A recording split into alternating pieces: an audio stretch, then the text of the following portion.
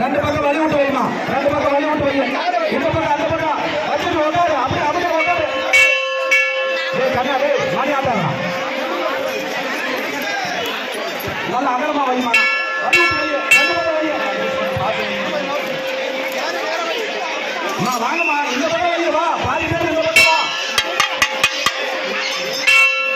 இந்த மணி அடிக்காதமா. எல்லாம் சுத்தி அப்படியே உட்காரு.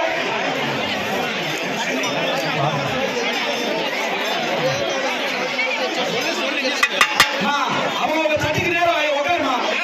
ஆமா ரெண்டு பேரும் பாட்டு பாடுறவங்க மணி உட்காருங்க.